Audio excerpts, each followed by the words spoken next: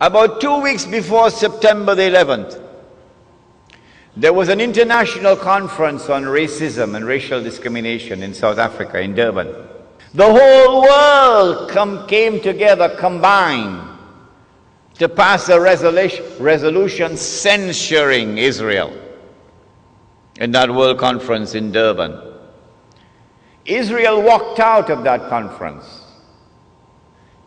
Guess who walked out with Israel? Colin Powell, the Jamaican, who is supposed to be representing the black people of the United States of America. The black people of the United States of America invested heavily in that conference. For years they worked for it. And yet the United States of America walked out of the conference in solidarity with Israel. Can you explain? Do you have any means of political analysis, any tools of political analysis which can explain this mysterious relationship between the United States and the State of Israel? No, you cannot. No one can do it. None can explain except a man named Muhammad sallallahu alayhi wa sallam. What is the explanation? Dajjal has completed a day which is like a year, and he's now in a day which is like a month. Phase 2 of his mission. Brothers and sisters, I now come to the most important moment in this talk. I want to share with you my political and spiritual vibration here.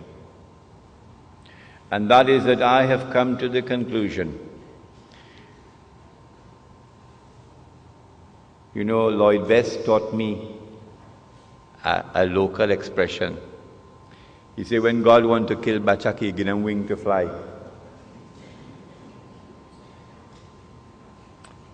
And there is a similar statement like that in the Quran, that Allah gives them staircases of silver and roofs of silver. They fly high until He brings them down. The United States is flying high now because it's about to crash. Yes. We are located at that moment in time when a day which is like a month is about to end, and a day which is like a week is about to commence. When it does occur, it will confirm what I'm saying. When Britain became the ruling state in the world, Britain took control of the money of the world. And the sterling pound was the international currency. You remember those days when we used to study? £1 480, £2 960, £3 1440 when you went to school? Huh? Yeah. And then when the United States took over from Britain as the ruling state in the world, the United States could not be the ruling state in the world without taking control of the money of the world. And so the US dollar replaced the sterling pound as the international currency. This took place at the Bretton Woods conference, the Bretton Woods Accord in upstate New York. And I'm saying to you, if you look at the world of money, you would see the writing is on the wall. The Bretton Woods Accord is collapsing. It has already collapsed.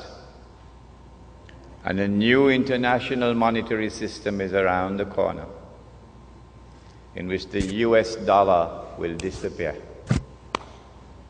And when the US dollar crashes, the American economy will crash with it. Flying high, the Dow Jones flying high. I want to suggest to you that the September 11 attack on America bears an uncanny similarity to the terrorist attack of September of the summer of 1914. And that the events which are now unfolding in the world, the attack on Afghanistan, the attack on Iraq, the new American imperium that is taking over the world, are all meant to serve one mission: to pave the way for the state of Israel to wage a big war.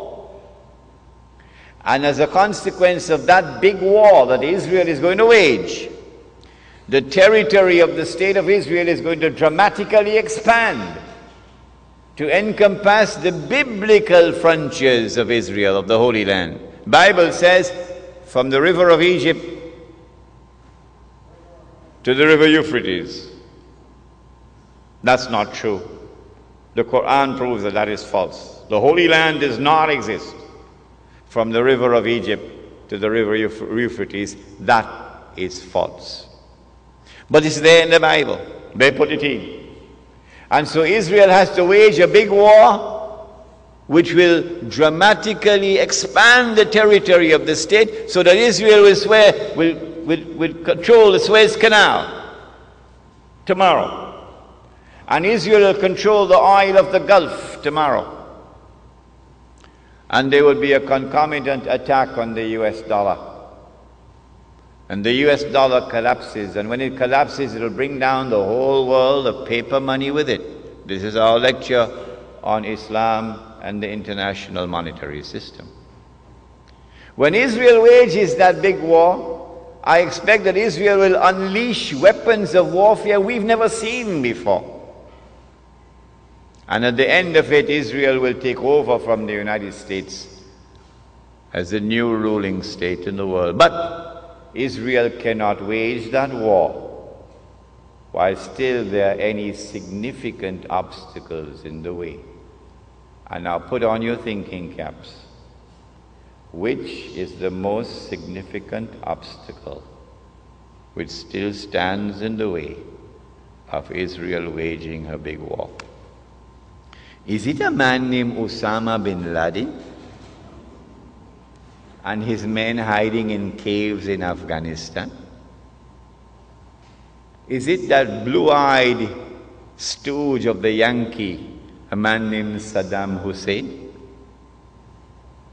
Are they significant obstacles in the path of Israel? Is it Taliban in Afghanistan? Wake up.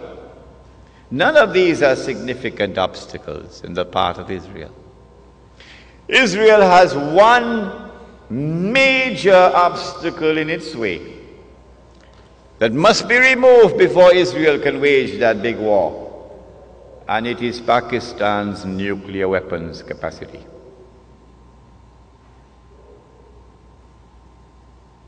And coupled with that is Iran's missile capacity. And so all the hullabaloo we're going through now, all the maneuverings on the chessboard of the world, are all intended to culminate with the destruction of Pakistan's nuclear capacity.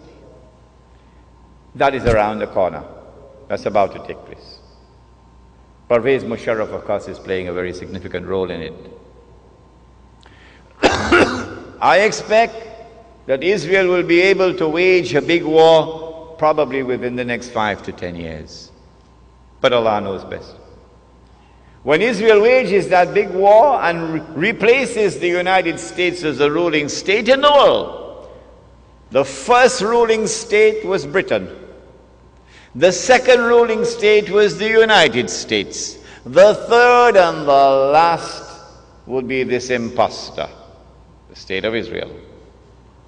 I am suggesting to you that Dajjal, or the Antichrist, would now have completed stage 2, a day which is like a